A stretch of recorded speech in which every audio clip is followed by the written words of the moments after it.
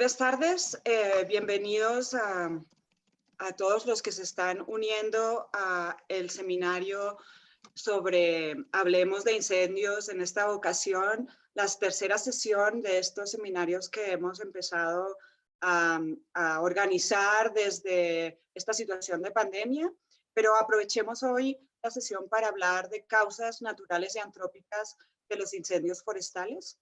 Hoy tenemos tres invitadas, la doctora Liana Anderson, la doctora Galia Zelaya y la doctora Natalia Hoyos. Entonces, bienvenidos a esta sesión sobre causas naturales y antrópicas de los incendios forestales. Les quiero recordar a los que han estado con nosotros que parte de la pregunta que nos está guiando en la investigación que hacemos desde la Universidad Nacional es avanzar en el conocimiento sobre el fuego en el trópico como disturbio ecológico, como catástrofe o como herramienta de manejo o como un poco de todo. Pero hoy, para poder avanzar en esta pregunta de investigación, vamos a irnos atrás en el origen de los fuegos, en las causas por las que suceden. Quería como hacer un pequeño recorderis de que el fuego ha estado presente en el planeta. Desde siempre. Aquí hay una serie histórica de la presencia de varios factores, pero aquí en la primera línea pueden ver, les estoy señalando que el fuego está presente en el planeta desde hace miles de años, antes de que el hombre apareciera, que pueden ver aquí en el final. Hay unas causas naturales, como por ejemplo unos rayos que pueden y originan todavía hoy en día fuegos. Un volcán puede originar fuegos, incluso periodos muy secos pueden originar fuegos, y hay unas causas naturales por las cuales los incendios suceden en el planeta. Pero características naturales que hacen que los fuegos sucedan en el planeta determinan unos regímenes que están caracterizados por unos patrones que dependen del comportamiento del fuego, de la topografía, de la época del año, de los intervalos en los que suceden los fuegos. Pero el problema que tenemos en el trópico es que esos intervalos, que deberían ser de muchos años, cientos de años, miles de años, se han convertido en unos intervalos muy pequeños y estamos teniendo fuegos de forma recurrente. Quiere decir que nos ha cambiado o de alguna forma ha cambiado el régimen de esos fuegos naturales por causas naturales que sucedían a un régimen más intenso, más frecuente de ocurrencia de incendios. Causas antrópicas puede haber muchas, y quiero como hacer un resumen porque hoy vamos a empezar a tratar algunas. Los incendios pueden ser provocados por pirómanos. Hay pirómanos en muchos sitios. Pueden ser accidentes, puede ser imprudencia, pueden ser colillas de cigarrillo, como en alguna ocasión ha salido en Colombia en las noticias. Pueden ser fogatas, descuidos, fuegos artificiales. Hay muchas causas por accidentes. Hay razones de descontrol, quema de basuras que se descontrolan, manejo agrícola que se descontrola, la tala y quema, mal manejo forestal que hace que vengan especies más flamables, entren especies invasoras, o la retroalimentación de muchas de estas causas. Ahora bien, en Colombia, por ejemplo, en un estudio que ya les he mencionado en otra ocasión, en promedio 400.000 hectáreas en promedio de vegetación quemada no se queman por colillas de cigarrillo, no se queman por fogatas, no se queman por fuegos, no se queman por pirómanos, hay un poco de todo. Y hoy vamos a entrar a hablar de estas diferentes o algunas de las causas en los diferentes casos que vamos a ver en un minuto. Entonces, como primera ponente quería presentarles a la doctora Liana Anderson. Ella es bióloga con un doctorado en Geografía y Medio Ambiente de la Universidad de Oxford. Ella trabaja como investigadora en el Centro Nacional de Monitoreo y Alerta Temprana de Desastres Naturales en Brasil, y tiene una experiencia, y su investigación se centra en la evaluación del riesgo, los impactos de las sequías en la Amazonía, entre otras, para comprender peligros, vulnerabilidad, impactos directos e indirectos de los incendios forestales. en ecosistemas amazónicos. Entonces, por eso hoy tenemos a la doctora Liana invitada para que nos cuente sobre los impactos de los fuegos en la Amazonía, con énfasis en Brasil. Diana, es tu turno. Muchas gracias. Ok, gracias Dolores, María, por la invitación. Estoy muy contenta de estar aquí con ustedes. Y pues hablaré un poco de los riesgos y de los impactos de los incendios forestales en la Amazonía. Y intentaré hacerlo en mi mejor portuñol, pues perdóname si algunas palabras no se salen bien y si no comprende después hablamos más. Y la perspectiva que les daré sobre los incendios es sobre todo por la utilización de las imágenes satelitales para la detección de los procesos que están relacionados con la ocurrencia de las quemas y de los incendios forestales. Y pues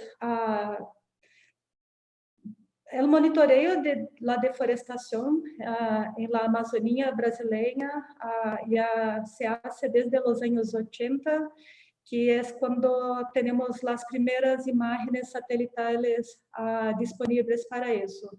Y les trae una pequeña muestra de lo que se parece, pues en la próxima imagen nos vamos a mirar lo que se pasa en este cuadrado rojo en el centro de Brasil, en el estado de Mato Grosso, que es como la frontera sur de la Amazonía.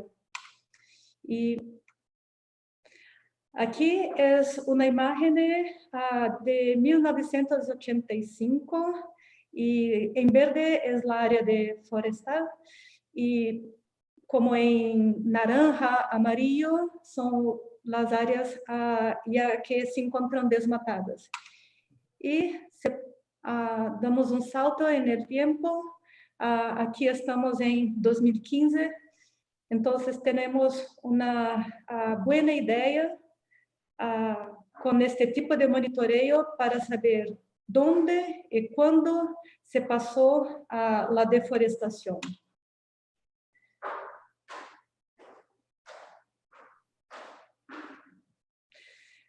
Y este tipo de información está disponible para todo el mundo.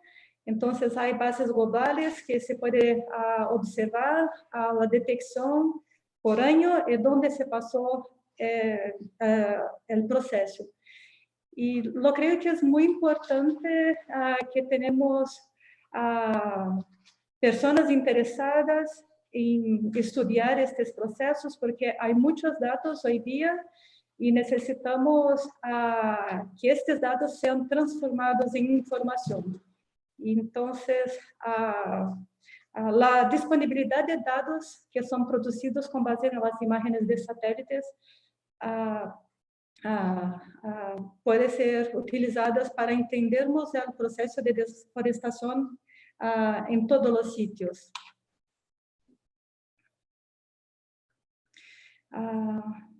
Pero precisamos pensar primero un poco sobre cómo ocurre el proceso de deforestación. Entonces, el proceso de deforestación se empieza cuando se abre una carretera, se sacan las maderas que tienen valor comercial, se sacan las maderas que es posible utilizar para hacer carbón, y el resto de toda la biomasa se pone al suelo utilizando como grandes corrientes. Y después se utiliza el fuego para se librar de todo este material de la biomasa. Y se utiliza el fuego y tractores y va se juntando la biomasa hasta que al final ya no tiene más nada y el sitio está abierto para la utilización para alguna actividad productiva. Y el fuego es una herramienta esencial para este proceso. Aquí tenemos una imagen de alta resolución que tiene como ese aspecto en el campo. Y aquí se miran también, en Brasil llamamos de lleiras, que son las líneas de los restos de la foresta que se pone fuego, hasta que al final está todo muy limpio, como está acá. Y para la detección de las quemas, hay básicamente dos tipos de productos satelitales. Focos de calor, que es cuando tienes gran temperatura, es una anomalía termal que el satélite detecta, o la área quemada, que es a área afectada por el incendio forestal. Y aquí tenemos un gráfico que muestra la relación entre la área deforestada y el número de focos de calor. Y para aquellos que no les gustan mucho los gráficos, hay una interpretación muy simple que se mira acá. Tú puedes percibir que hay una organización de los datos. Entonces, lo que eso significa es que cuando aumenta la área deforestada, aumenta también el número de focos de calor. Por otro lado, sabemos que las sequías están volviéndose más comunes en todo el planeta. Y en toda la media internacional o nacional en Brasil tenemos muchos relatos de los fuegos en la Amazonía, que no es una cosa que es intuitiva para nosotros, puesto que es la región más húmeda de todo el planeta. Pero ¿qué se pasa cuando traemos datos más recientes? Pues aquí está la organización de los datos de 1999 hasta 2004. Observa-se que hay una relación, hay una conexión entre desmatamiento, deforestación y focos de calor. Y cuando tenemos otros eventos como de sequías extremas en 2005, 2007, 2010, 15 y 16, tenemos menos deforestación, la área desmatada es menor, pero tenemos muchos focos de calor. Entonces, hay como un desacoplamiento de estos dos procesos. Y este desacoplamiento se pasa también porque el fuego está siendo utilizado no solo para el proceso de deforestación, pero también para las actividades de manejo de la tierra y el fuego descontrolado durante los años de sequía, como observamos aquí en las pelotitas rojas. Otro estudio que hicimos demuestra también que hay un incremento de la estación de quema. Aquí tenemos los años, vamos a focar solamente en la barra gris, aquí que es la estación de quema, de mes 8, agosto a octubre, mes 10. Y se observa, por ejemplo, que en 2014, 2015, la estación de quema está más longa, avanzando por el inicio de la estación de lluvias, que se empieza más o menos en noviembre en Brasil. Entonces, tenemos también aquí una mudanza del proceso. Y un análisis que hicimos, sabemos que la ocurrencia del fuego, de las anomalías de ocurrencia del fuego, donde se quema más, están asociadas a temperatura, en rojo, a lluvia, anomalía de lluvia, sequía, en azul, y también cuando los dos procesos están juntos, aquí en purple. Y lo que es interesante que es aquí es la porcentaje de estas anomalías del fuego asociadas a anomalías de lluvia y temperatura. Y se observa que hay un cambio, hay mucho más anomalías de fuego cuando se tiene gran temperatura y baja lluvia.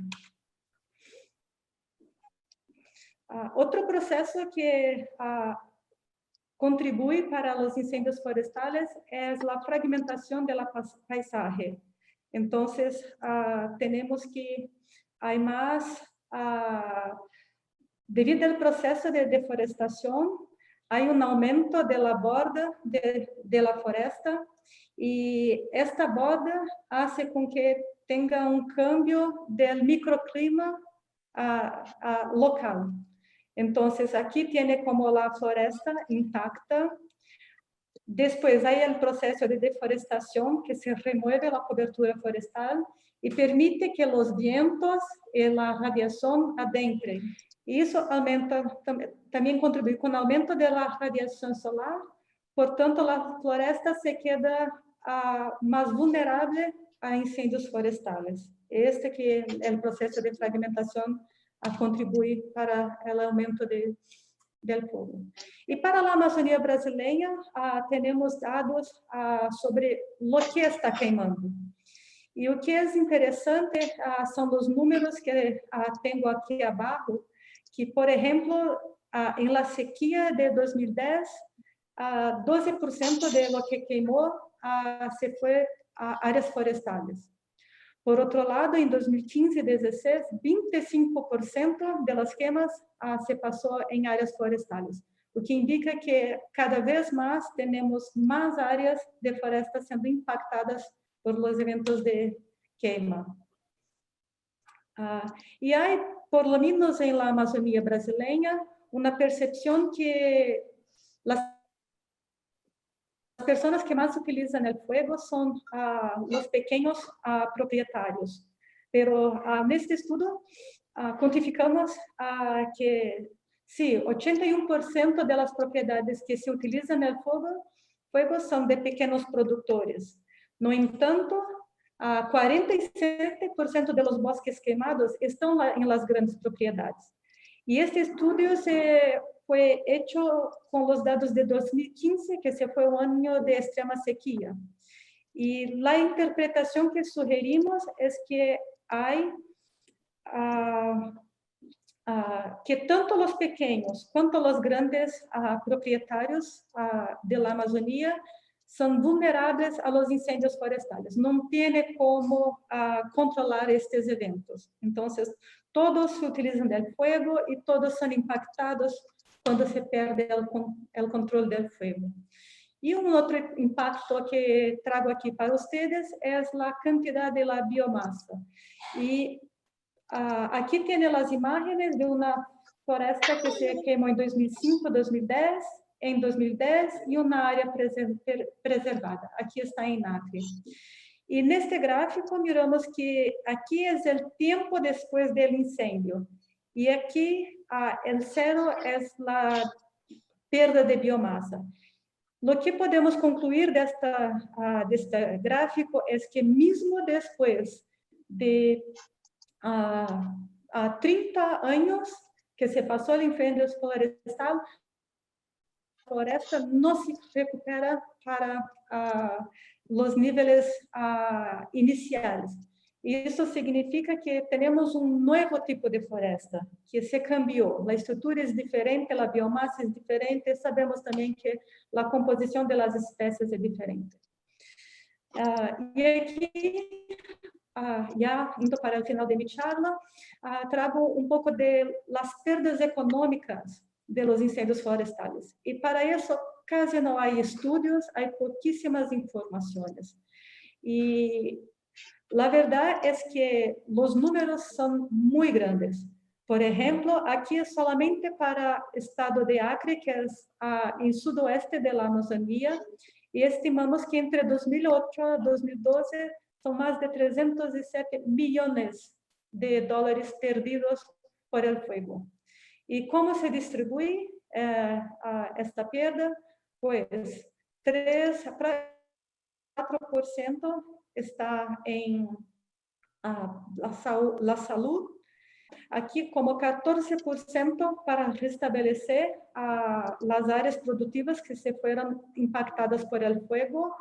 7% es un impacto de pérdida directa de la producción. 10% está asociado a la infraestructura. Y esta infraestructura no sabemos que es muy subestimada. Aquí contabilizamos solamente la cerca de las propiedades. Y 60% la contribución por las emisiones de CO2. Y este está importante porque todos que es emisión de CO2 sabemos que tiene un efecto potencial para tener más mudanças de cambio climático, que significa más sequía y más procesos de extremos climáticos que contribuyen en un ciclo de feedback positivo a la urgencia de la quema. Para encerrar, trago aquí una pregunta que creo que están todos muy preocupados, que o que va a pasar este año, después de todo que observamos por la media en 2019 con todos los incendios forestales en la Amazonía. La verdad es que ya tenemos como un aumento en el inicio del año de 52% si comparamos al año pasado de la deforestación. Y la previsión climática nos muestra que hay lluvia abajo del normal y hay temperatura acima del normal para el periodo. Por tanto, poniendo esas informaciones juntas, tenemos un escenario que está muy crítico para este año. Y solo para terminar, saludo aquí a mis estudiantes, que utilizo muchos de los resultados de ellos en esta charla. Y creo que este es mi último slide. Pues tienen mis contactos, si desean, pueden escribirme. Muchas gracias. Muchas gracias, muy obrigada, Liana. Vamos a continuar, antes de pasar a la sección de preguntas al final, vamos a continuar con la presentación de la doctora Galia Zelaya. Galia es agrónoma de la Universidad Autónoma Gabriel René Moreno de Santa Cruz, en Bolivia, y tiene un doctorado en Ecología Vegetal y Biodiversidad de la Universidad de Utrecht, y una maestría en Agricultura Ecológica de Wageningen, en los Países Bajos. Ella trabaja el impacto humano y del cambio climático en ecosistemas tropicales, pero también tiene intereses en perturbaciones antropogénicas y en el manejo y planificación del paisaje. Entonces, Galia. Sí, aquí Perfecto. estoy. ¿Me escuchan? Ya. Buenas tardes. Gracias. Soy Galia Zelaya y voy a presentar actores, causas y magnitud de incendios forestales en Bolivia. Y tienes el control del mouse. Gracias. Sí.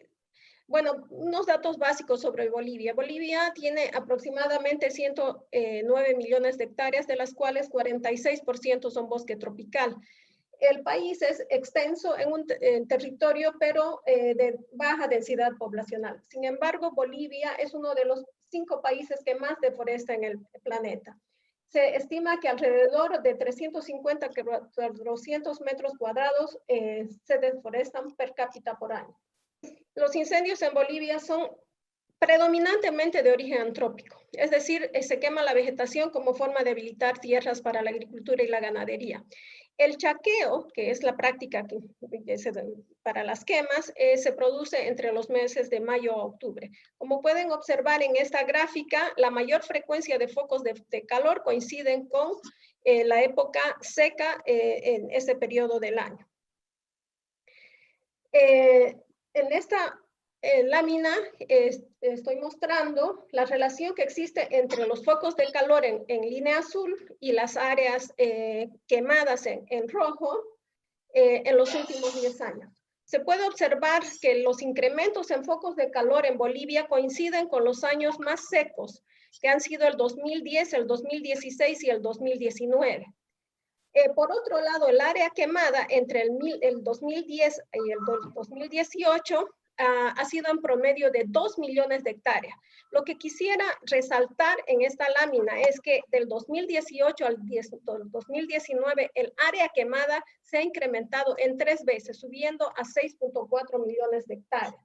Esto muestra definitivamente que los incendios forestales están totalmente descontrolados en el país. ¿Dónde ocurren los incendios en Bolivia? En Bolivia, el área tropical, la superficie tropical de Bolivia se puede dividir en 4 grandes regiones. El Chaco al sur, el bosque chiquitano en transición entre Chaco y Amazonía, las llanuras venianas, que son pastizales naturales, y el bosque amazónico en el norte del país. Los bosques que han sufrido más fuertemente las quemas han sido los bosques chiquitanos, que se encuentran en la jurisdicción del departamento de Santa Cruz, seguidos por las llanuras del Beni, donde se expande la ganadería. En último lugar están los bosques amazónicos en el noroeste de Bolivia, muy importantes en términos de biodiversidad y endemismo, debido a que están en transición entre el Andes y la Amazonía. En el mapa también muestro la vulnerabilidad de los bosques del sur y del sur del país, debido a que en Bolivia existe un gradiente de precipitación que va desde el sur en 500 a 800 milímetros, aumentando al norte, en la Amazonía, a más de 1800 milímetros. Obviamente eso hace que los bosques chiquitanos, secos y el Chaco sean mucho más susceptibles a los fuegos que el resto de los ecosistemas. En el siguiente mapa muestro la relación que existe entre los incendios y los planes de desarrollo agroindustrial de Bolivia. En el sureste del país, en el bosque chiquitano se encuentra el polo agroindustrial basado en la producción de soya, sorgo, tanto para el mercado local como para la exportación. Entonces nos ubicamos en el mapa, en el segundo mapa, y les explicaba que en el suroeste del en el bosque chiquitano, perdón, se concentra la producción de soya, sorgo, tanto para exportación como orientado al mercado local. Básicamente la idea es aumentar el área de producción de biocombustibles. En esta zona también se está expandiendo la ganadería. Yendo hacia el norte, en la zona del Beni, tenemos un otro polo industrial, agroindustrial, basado en la ganadería. Esto en función a la apertura de mercados de carne con destino a la China. En tanto que en el norte del país, en el noroeste, en el norte de La Paz, esta zona ha sido priorizada como un polo de producción de caña de azúcar para producir obviamente azúcar y alcohol, también en esta zona se está extendiendo la ganadería. En la zona norte, en la Amazonía, esto ha sido definido como extractivista forestal debido a que en la zona es endémica la nuez de Brasil o almendra. Bueno, quiero destacar que en el centro de Bolivia, en la zona de Cochabamba, se encuentra la zona de expansión de cultivo ilegal de coca, con las consecuencias que todos sabemos que ocurren en nuestros países. Bueno, la incidencia de incendios forestales en Bolivia está relacionada con políticas agroextractivistas exacerbadas por el cambio climático. En este cuadro podemos observar cómo en la última década se han promulgado leyes y decretos que están relacionados con las normativas en pro del desmonte y del chaqueo y que van a la par con fenómenos climáticos, específicamente las sequías agudas. Por ejemplo, en el 2003 se emitió una ley de perdonazo a infractores de desmonte en predios mayores de 50 hectáreas. Para complementar esta ley, en el 2015 se extendió el permiso a desmontes para predios pequeños y comunales para que puedan desmontar de 5 hasta 20 hectáreas. En el 2016, año de sequía aguda, se promulgó la ley de ampliación de frontera agrícola para la producción de biocombustibles con la meta de doblar el área de producción agrícola. Y finalmente, en el 2019, también año de sequía aguda, se promulgó una ley para el uso y manejo racional de quemas y de perdonazo a infractores. Además que se autorizaron desmontes en todo el trópico de Bolivia. Esto con el fin de producir transgénicos, en soya especialmente, y para aumentar el número de cabezas de ganado. Estas medidas han sido acompañadas por un incremento en la superficie de áreas tituladas, es decir, en la repartición de tierras, que ha subido en 10 años de 36,000 hectáreas hasta el 2006 a más de 2 millones de hectáreas hasta el 2016.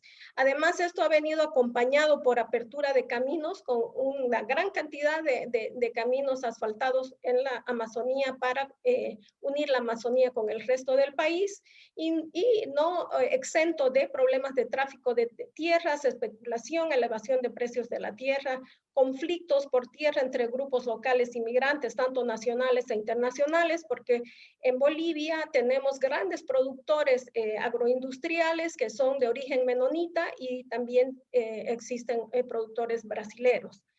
Todo esto gracias al lobby muy fuerte agroindustrial y de sectores afines al gobierno de entonces, que en el gobierno del expresidente Evo Morales Ayma.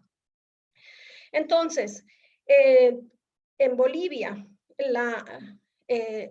los incendios forestales están bastante ligados al clientelismo político para incrementar votos al partido de gobierno y una escasa capacidad de control, de comando-control y falta de voluntad política para reducir los incendios y la deforestación. Todo esto ha sido el cóctel que ha dado lugar a lo que se ha llamado en el 2019 un incendio de sexta generación, nunca visto en Bolivia. Este incendio, según los técnicos especialistas en el tema, superaba las 4,000 hectáreas, el fuego superaba 4,000 hectáreas, una velocidad de 4,000 hectáreas por hora, modificando condiciones meteorológicas y creando remolinos y tormentas de fuego que han sido casi imposibles de controlar. Es así que en Bolivia se han quemado más de 6 millones de hectáreas en un lapso de 4 meses. Para resumir, los departamentos que más han perdido bosques han sido los departamentos de Santa Cruz, Beni y La Paz, el norte, ¿no? Y quienes han sido los actores de estas quemas han sido los productores agroindustriales, y lo que llama la atención aquí es que también han habido grandes pérdidas, un 11% de áreas quemadas en territorios comunitarios de origen o territorios indígenas. Esto está un poco relacionado con el fuego que se expande desde las otras áreas, desde terceros hacia los territorios indígenas, pero también con la presión que están haciendo los productores agroindustriales a los dirigentes indígenas para entrar en la cadena del agronegocio. Siguiente. Bueno, las áreas protegidas también han sufrido quemas muy grandes. En Santa Cruz, 41% de las áreas protegidas han sido arrasadas por el fuego. Y lo que es más preocupante es que en marzo de este año ya hemos tenido un incendio forestal. Estamos hablando de que en marzo todavía estaríamos en la época lluviosa. Aproximadamente 5,000 hectáreas se han perdido de uno de los parques más grandes en Santa Cruz, y este fuego ha venido de Brasil. ¿Cuáles son las consecuencias? Obviamente, las consecuencias son la destrucción, la pérdida de hábitat y procesos ecológicos ecosistémicos que pueden ser irreversibles. En términos económicos, se dice que se perdió 1.140 millones de dólares. Son estimativos a grosso modo, pero son incalculables los cálculos en términos de muerte directa de la fauna. Considerando que, por ejemplo, en la zona Chiquitana, en Santa Cruz, que es la zona más afectada por los incendios, solo se conoce 20% de la biodiversidad presente. Se dice que debido al cambio climático y a la severidad de las quemas, el bosque se podría recuperar en por lo menos 200 años o un cuarto de siglo. Obviamente, los incendios forestales han tenido impacto directo en la salud humana. Se han perdido vidas tanto de voluntarios bomberos como de comunitarios que han tratado de salvar sus animales y sus predios. También ha habido impactos transfronterizos. Por ejemplo, Paraguay ha pedido el resarcimiento a Bolivia por los incendios, que según ellos dicen, apuntan, digamos, al decreto que permite chaqueos y que han hecho que el fuego se expanda hacia tierras paraguayas. Por otro lado, como ya mencioné anteriormente, este marzo, el fuego proveniente del Brasil afectó a 5.000 hectáreas de un área protegida en Santa Cruz. Siguiente, por favor. En conclusión, Bolivia ha atravesado incendios de sexta generación con daños irreversibles al ecosistema, sobre todo en el bosque chiquitano de Santa Cruz, único en el planeta. Las causas son múltiples y complejas. Sin embargo, las políticas clientelistas y de desprecio a la evidencia científica han exacerbado el problema de incendios en Bolivia. El agroextractivismo como panacea de desarrollo es uno de los motores principales de los incendios en Bolivia. Bolivia enfrenta desafíos en el 2020 debido a la lucha por la vida, por el coronavirus y la recurrencia de incendios, además de la polarización política en un escenario de economía empobrecida que amenaza la estabilidad del país. Muchas gracias por la atención. Los dejo con una foto de las serranías de Chochis, en la Chiquitanía de Santa Cruz, que ha sufrido quemas de importancia el 2019 y que obviamente está afectando no solamente la agroindustria, sino también el turismo. Muchas gracias por su atención. Muchas gracias, Galia. Muy interesante y preocupante la problemática también en Bolivia. Ahora nosotros vamos a seguir todavía con una última presentación para acercarnos un poco aquí al territorio, a la problemática en Colombia. En esta ocasión tenemos a la doctora Natalia Hoyos, quien tiene un doctorado en geografía de la Universidad de Florida, además de una maestría también en Estados Unidos, y ella es geóloga de la Universidad de AFIT en Colombia, pero su investigación ahora se centra en la intersección de fenómenos naturales y actividades antrópicas, utilizando análisis espacial y datos de campo y sensores remotos en combinación con los de campo, con particular énfasis en la región Caribe de Colombia, y hoy la hemos invitado para que nos cuente sobre la dinámica y las causas de los fuegos en el Caribe. Sabemos que en Colombia tenemos muchas regiones problemáticas. Hoy vamos a centrarnos en conocer un poquito las causas en el Caribe, pues sobre todo por algunos de los incendios también que tuvimos recientemente y preocupaciones que estaban centrados en esta región. Entonces, Natalia. Bueno, Dolores, muchas gracias por la invitación. Tal como lo mencionaste, entonces quiero exponerles un estudio de caso que realizamos hace un par de años para la región Caribe. Bueno, este estudio lo realizamos con varios colegas de la Universidad del Norte y con un par de colegas de la Universidad Nacional Autónoma de México. En esta diapositiva inicial tenemos una foto de la Sierra Nevada de Santa Marta, que se encuentra, como ustedes saben, en el Caribe colombiano, y esta es una de las regiones en el norte de Colombia que presenta fuegos casi que con periodicidad anual, ya estuvo recientemente en las noticias. Entonces, digamos que es un caso representativo de lo que sucede en la región. Entonces, brevemente voy a presentarles los objetivos que tuvimos con esta investigación, los métodos pero voy a centrarme sobre todo en los resultados, en los cuales incluyo los factores que explican los patrones de fuegos en esta región, y finalmente terminaré con algunas conclusiones.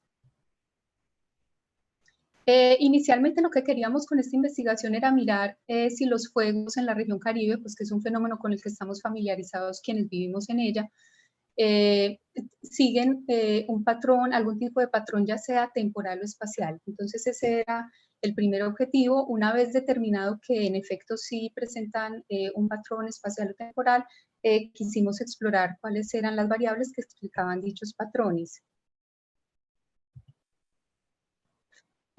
Aquí brevemente expongo los métodos para que puedan entender lo que voy a explicar en los resultados. Entonces lo que hicimos fue armar una base de datos con base en los fuegos activos de la base de datos de MODIS.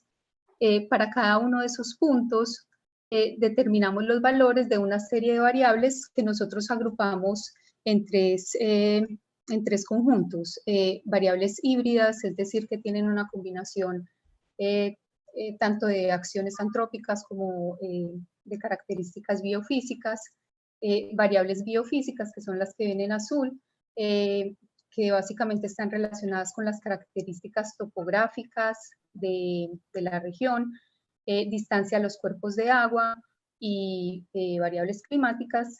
Y el tercer grupo fueron las variables antrópicas, que tenían que ver con distancia a vías y ciudades.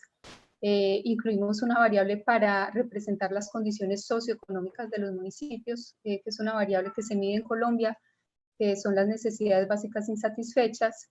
Y finalmente una variable de localización, que fueron la latitud y la longitud de estos puntos. Adicional a los fuegos, creamos unos puntos de no fuego que nos sirvieron para poder generar un modelo que permitía calcular la probabilidad de ocurrencia de fuegos con base en las variables que acabo de exponer. Antes, digamos, de calcular ese modelo, hicimos una selección de variables a través de métodos estadísticos para incluir en el modelo únicamente las variables que tenían un poder explicativo suficientemente alto. Entonces, en los resultados voy a mencionar un par de cosas. Primero voy a mencionar que encontramos en el análisis temporal de los fuegos, y posteriormente explicaré qué encontramos en el análisis de los patrones espaciales. Entonces, sobre los patrones temporales, aquí tenemos la serie de tiempo para los eventos observados. Tenemos en el eje Y el número de eventos y en el eje X los años. La serie que analizamos iniciaba en el 2003 y finalizaba en el 2016.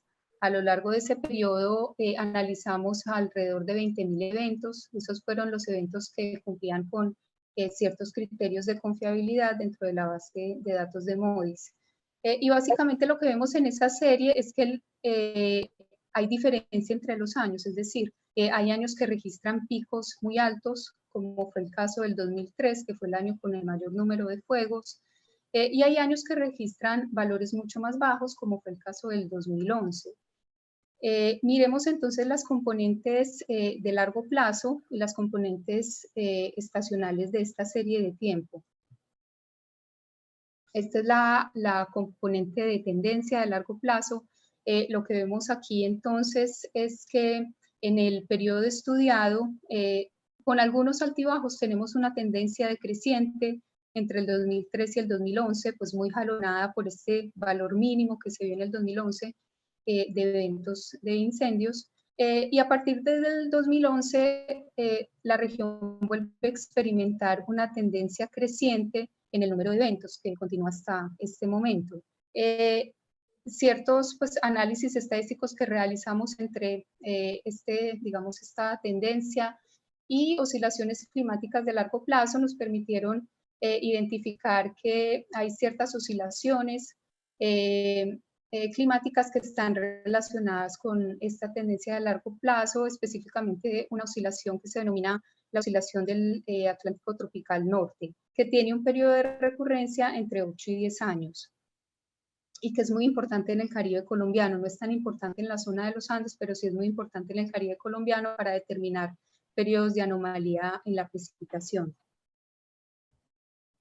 Si miramos la estacionalidad, podemos identificar un claro patrón intraanual. Miren que para cada año tenemos un pico grande en el número de fuegos que se presentan, y eso pues está relacionado con lo que ya expusieron las otras dos conferencistas, y es, digamos, esta época seca que en el Caribe colombiano inicia en diciembre y se extiende hasta marzo o abril, y claramente los fuegos responden a este patrón climático intraanual.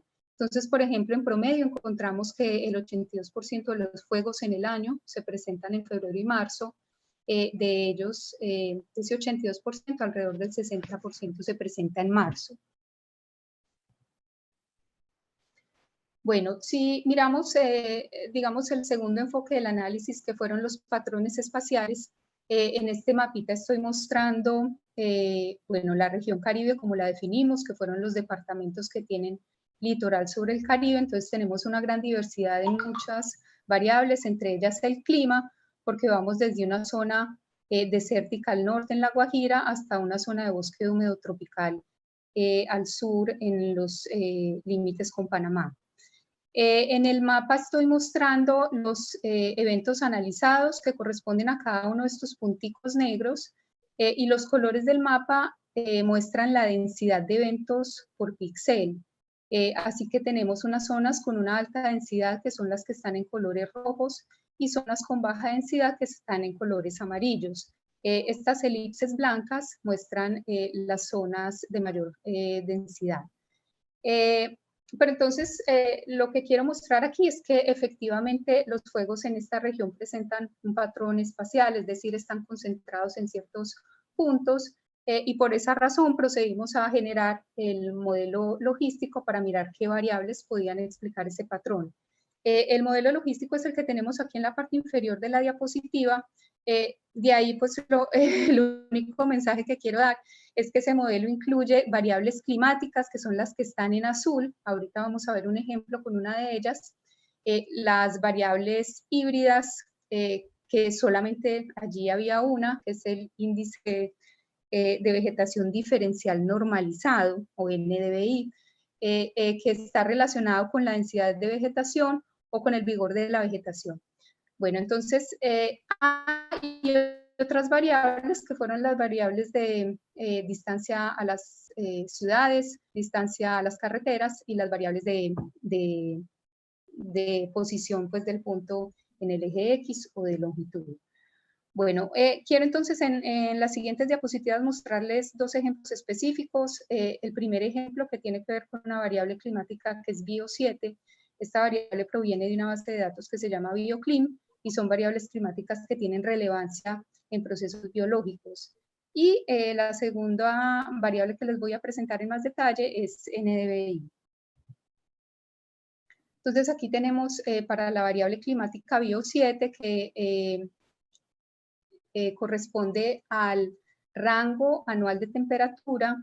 Esta se calcula como la temperatura máxima del mes más cálido menos la temperatura mínima del mes más frío. Pues realmente aquí sería el mes menos cálido, porque mes frío no existe.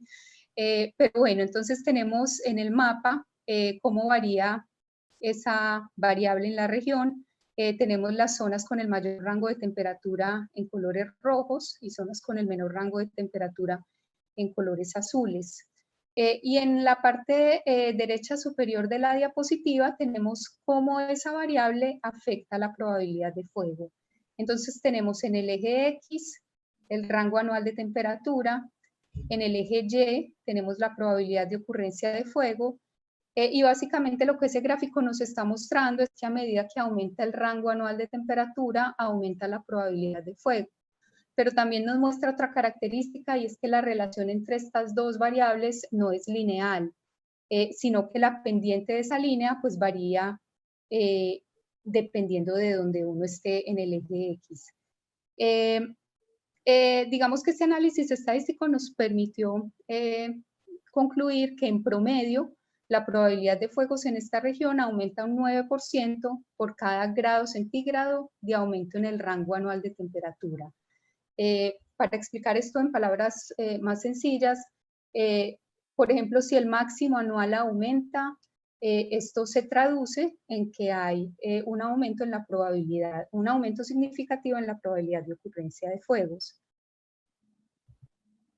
La otra variable que quería mostrarles es el NDVI, que es la variable híbrida que resume tanto condiciones climáticas como antrópicas.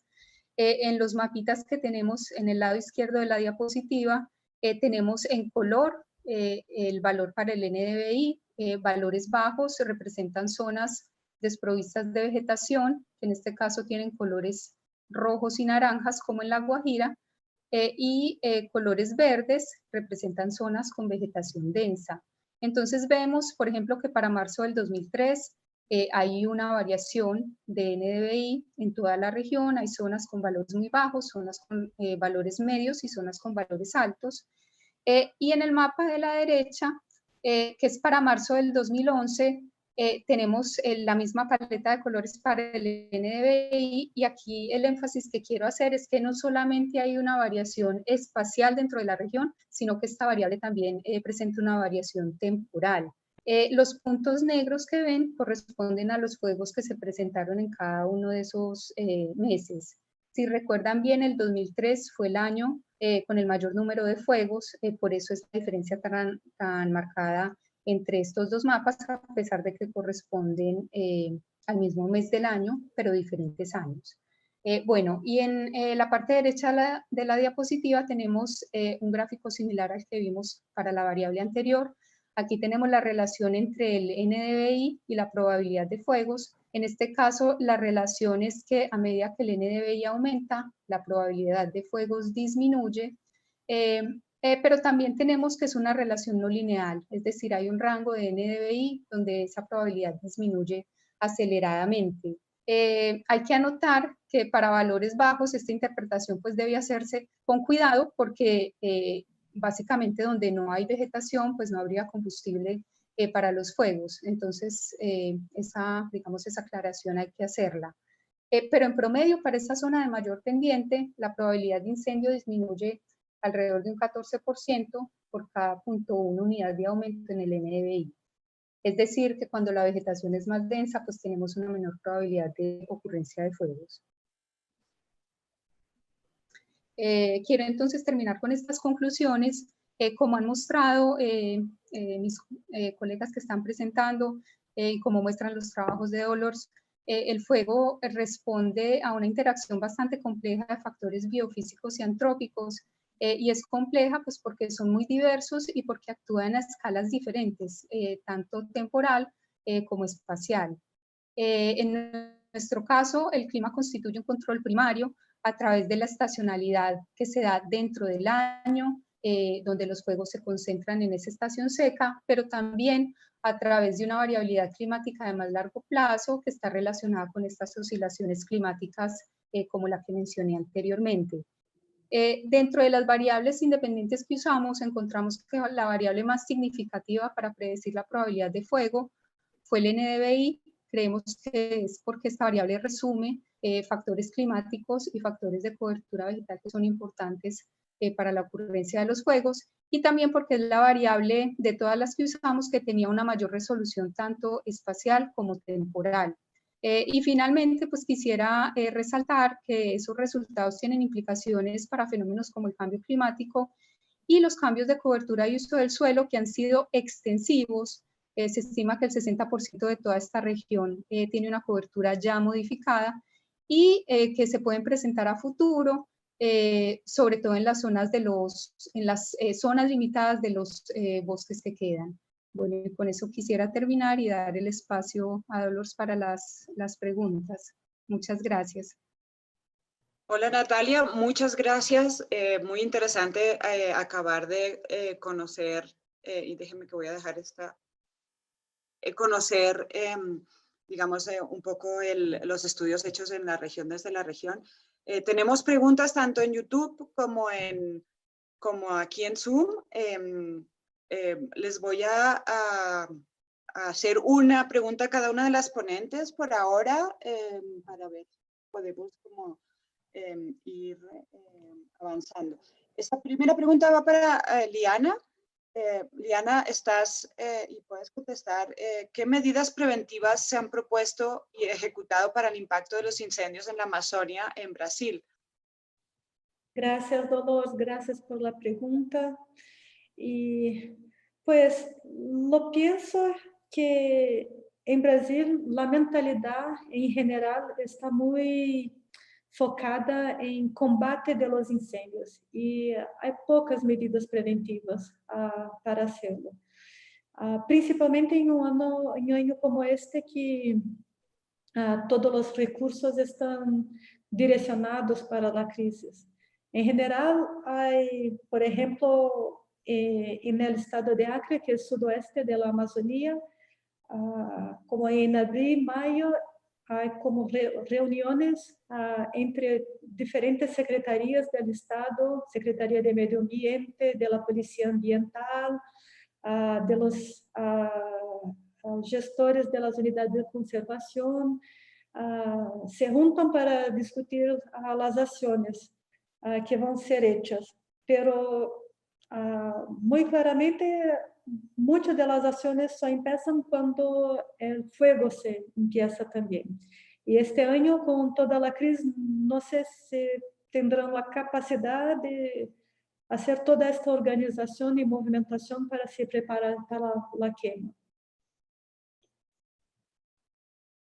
Sí, muy obrigada, Liana. En el mismo sentido, hay dos preguntas para Galia. Un poco es cómo es la estructura de respuesta a los incendios en Bolivia. Y también nos preguntan si hay alguna publicación o si está más documentado el análisis de la relación entre políticas públicas y la incidencia de incendios en Bolivia. Entonces, Galia, te cedo la palabra. Gracias. Creo que en Bolivia, al igual que en Brasil, el esfuerzo está más en la mitigación que en la prevención. Es una asignatura pendiente, trabajar más con las comunidades locales, con los productores, con todos los actores para llegar a acuerdos de prevención de incendios. Y desde todos los ámbitos es importante recuperar los objetivos de desarrollo sostenible y los conceptos de desarrollo sostenible. Entonces, yo creo que este año es vital para retomar esa agenda y ya a pesar de que estamos en plena crisis del coronavirus, prepararse para lo que podría ser la época seca, pero definitivamente estamos en pañales en términos de prevención. Hay esfuerzos, pero todavía no son lo suficientemente cohesionados como para hacer frente a lo que se podría venir. Sobre la segunda pregunta, he basado la presentación en documentos que han salido el 2019, por ejemplo, hay uno de la Fundación Tierra, que dice Fuego en Santa Cruz, que puedo enviarles, está publicado por la Fundación Tierra, donde hacen un análisis de los actores, de las políticas, de los motores que están detrás de estos desastres ambientales. También hay otro libro que ha salido de un estudiante de doctorado, me parece canadiense, McKay, que habla del agroextractivismo en Bolivia y muestra claramente que como están las cosas ahora, estos sistemas de agronegocios son absolutamente insostenibles. No se dice, no están, yo creo que la gente no está en contra de que se tiene que producir alimento, etcétera, de mercados de exportación, todo ello, pero yo creo que en los grupos, digamos, en los sectores, mejor dicho, hace falta una reflexión, tanto económica, social y ambiental, para encaminarse a lo que sería un desarrollo bajo en emisiones. Creo que es posible, pero creo que hay una visión muy cortoplacista que nos está llevando a este desastre. Yo puedo enviarles los links para los documentos para que entiendan en más extenso lo que está pasando en Bolivia. Y un punto muy importante, y en esto, la verdad es que los últimos 14 años en los que supuestamente teníamos un gobierno que se acercaba a la madre tierra, como ellos llamaban, más bien ha sido el que más daño le ha hecho al medio ambiente con leyes y decretos que ustedes los han visto. O sea, son evidencias, no son sesgos políticos. Entonces, este también es un llamado a los políticos para que reasuman reestructuren una agenda ambiental y social sin apartarse de lo económico. Gracias. Sí, muchas gracias, Galia. Sí, les agradecemos que los links de publicaciones asociadas a las preguntas y a las charlas nos los pasen para que cuando editemos esta presentación podamos incluirlos. Y también hay muchas preguntas que no vamos a alcanzar a contestar hoy, pero trataremos de dar respuesta a las que queden pendientes a través de medios. Natalia, aquí hay varias preguntas un poco relacionadas con el trabajo del Caribe. Digamos, ahí sobre si puedes aclarar la escala a la que se trabajaron las variables, un poco esa correlación que hay de por sí entre índices de vegetación con la humedad, pero también con el uso, porque un fuego o un incendio en zona para uso agrícola, pues va a estar asociado a un NDVI muy diferente, pero la gravedad de lo que sucede cuando un incendio es en zonas de bosque con el NDVI más alto. Y una pregunta así también, para que tú cierres esta parte, si se puede decir que las tendencias crecientes siempre están asociadas a esa observación de variación climática de largo plazo. Y un poco la pregunta es por esa nueva tendencia creciente, estamos viendo cómo se hace, si esa fluctuación de largo plazo de la tendencia, además de la estacionalidad, es lo que podría estar explicando lo que sucede en el Caribe en términos de incendios. Dolores, voy a iniciar respondiendo la primera y la tercera porque en la segunda se entrecortó el sonido y no te escuché bien. Bueno, entonces en la primera, si entendí correctamente, la pregunta es sobre a qué escala se trabajaron los datos. Como trabajamos datos de fuentes tan diversas, había, digamos, múltiples escalas. Entonces, por ejemplo, el dato espacial más detallado fue el NDVI, que tenía un tamaño de píxel de 250 metros. Las variables de bioclim tienen una resolución de 1 kilómetro de tamaño de píxel. Entonces, lo que hicimos fue generar en la capa de NDVI una ventana de 1 kilómetro por 1 kilómetro alrededor de cada fuego. Y en esa ventana determinamos el valor promedio, el valor mínimo y el valor máximo. Y esos tres valores los incluimos dentro del modelo logístico. Finalmente, el que salió seleccionado fue el valor promedio. Entonces, así trabajamos las diferentes resoluciones. Bueno, y sobre la tercera pregunta que me hiciste, que es sobre la importancia de esas variaciones, oscilaciones climáticas de largo plazo, miren que en el gráfico de la tendencia hay unos altibajos, entonces hay otros fenómenos que están ahí jugando algún papel. Nosotros analizamos otros índices que reflejan oscilaciones climáticas más frecuentes, por ejemplo, los relacionados con ENSO, hay otra que es la oscilación bienal, pero esos índices no salieron, o sea, no hubo una correlación significativa de esos índices con la serie de los fuegos. El único que salió significativo fue la del Atlántico Norte, pero de todas maneras debe haber algo más allí, porque tenemos esos altibajos dentro de una tendencia general. Pero esa oscilación sí es muy importante porque también la hemos visto reflejada en las variaciones de caudal de los ríos del Caribe, sobre todo los ríos que están en la zona de la Sierra Nevada de Santa Marta. Entonces sí es muy importante en la climatología de esta región. No sé si tenemos tiempo para la segunda y si me la pudiera. Sí, si me oyes bien, Natalia, tiene que ver con el índice, con el uso del NDVI, la relación que pueda tener con con la humedad o con el tipo de vegetación o con el tipo de uso, y que no se entiende muy bien cómo se utiliza para definir variables híbridas, pero yo creo que también pues, puedes hacer una pequeña explicación y quizás dar el link para tu publicación de ese estudio. Ok. Bueno, ese índice, pues como lo mencioné, básicamente refleja el vigor o la densidad de la vegetación, y por eso lo llamamos híbrido, pues porque hay zonas donde solamente reflejará las condiciones naturales, pero esas zonas pues en esta región son bastante limitadas, serían zonas donde la cobertura original no ha sido modificada.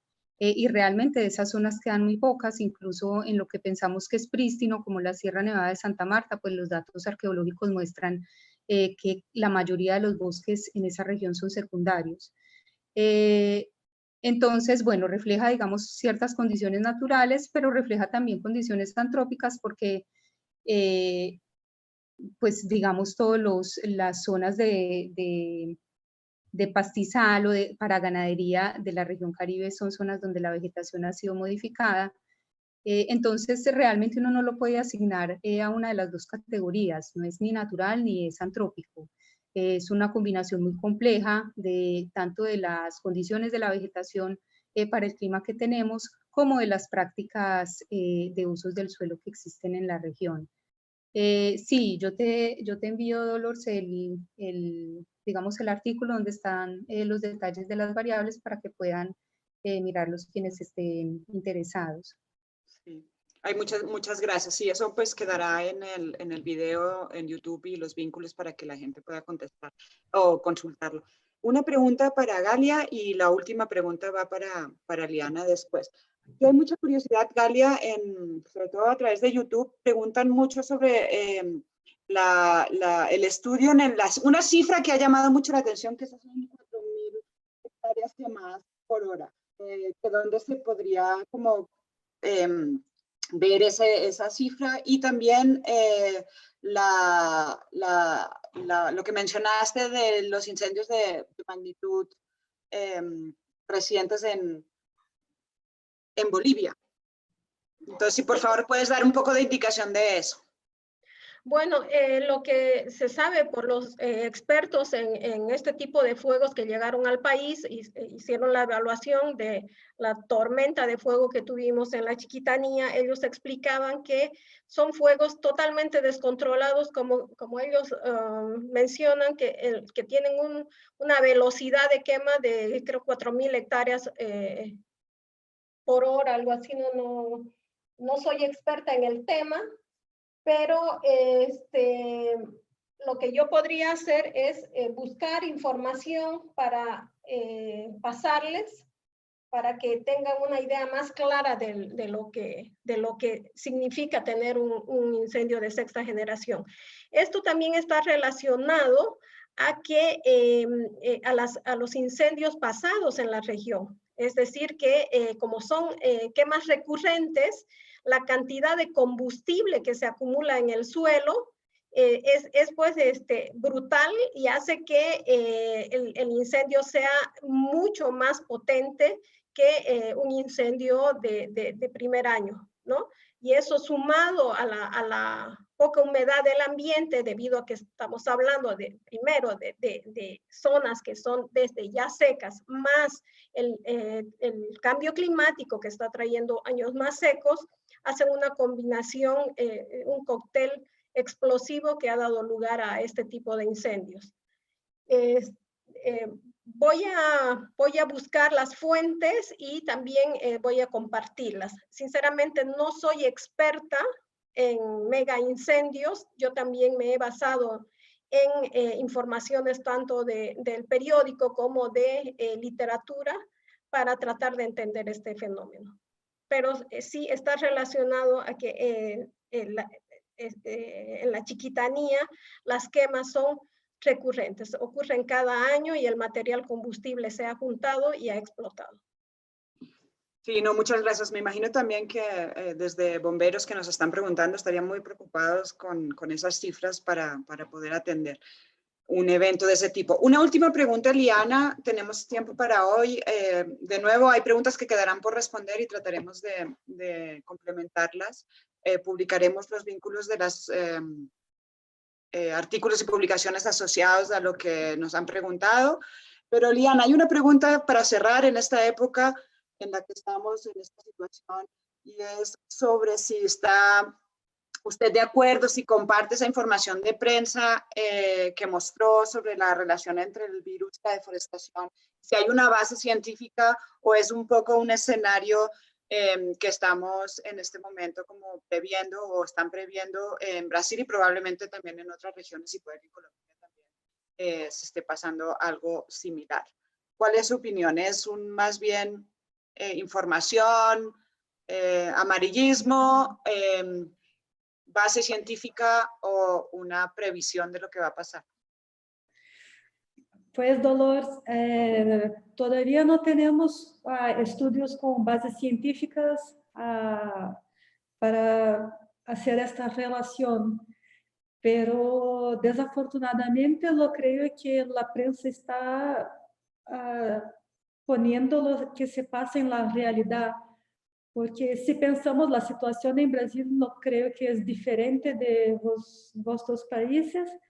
Es que todos los equipos que son responsables por fiscalización, por respuesta, que están todos, nadie se está haciendo sus trabajos de fiscalización en el campo, están todos ahora focados en el trabajo por la crisis del coronavirus. Por ejemplo, sabemos que las personas de la defensa civil, que muchas veces aquí en Brasil hace como fiscalización y también hablan con las comunidades sobre el riesgo de los incendios, están ahorita entregando, aquí llamamos cesta básica, alimento a las poblaciones que le necesitan y están en crisis por lo coronavirus. Y con esta situación, creo que las personas que están haciendo o que tienen la intención de hacer, por ejemplo, deforestación, están siguiendo con la actividad. Lo que mostré de la prensa es le muestra lo que han detectado en las imágenes de satélites, que hay un aumento en relación al año pasado, ahorita en el inicio del año. Es posible que este número sea un poco no directamente relacionada a la realidad, porque se utilizan las imágenes de satélites. Y, por ejemplo, si hay más imágenes libres de nubes, significa que puedes observar una área mayor. Entonces, esta comparación como un año con otro no es tan directa. Pero otra fuente de información, tenemos como Galia, he dicho que ya están quemando en Bolivia. También ya empezaron las quemas en la Amazonía y tenemos como personas, colegas de trabajo que estaban en trabajo de campo en las áreas rurales en la Amazonía. Me he dicho que la vida sigue y las personas están preparando el suelo porque la crisis del corona está muy más fuerte en los centros urbanos. Entonces, hay como un deslocamiento de los equipos de fiscalización para los centros urbanos y las actividades siguen. Y entonces creo que hay esta relación, se ve lo que se pasa en la realidad y con los pronósticos de menos lluvia y más alta temperatura en los próximos meses, creo que tenemos, como Galia he dicho, una combinación explosiva para una gran crisis de incendios en la Amazonía este año. Bueno, sí, la situación es muy complicada en todos los países con la temporalidad diferente, pero parecemos repetitivamente entrando en ciclos cada vez más explosivos de incendios. Finalmente quería agradecerles a las tres conferencistas por habernos presentado unos panoramas con temas similares y diferencias entre los países y las regiones. Y a todos los participantes, muchas gracias. Gracias por sus preguntas y trataremos de, como siempre, contestarlas y mandarles el vínculo del video editado de esta presentación. Muchas gracias y cuídense. Les recordamos que el próximo lunes vamos a estar hablando, en ese caso, no de efectos, sino de adaptaciones y estrategias que la biodiversidad desarrolla las especies para adaptarse o sobrevivir al fuego. Entonces, los esperamos el próximo lunes. Muchas gracias. Gracias. Gracias a todos. Hasta luego, gracias.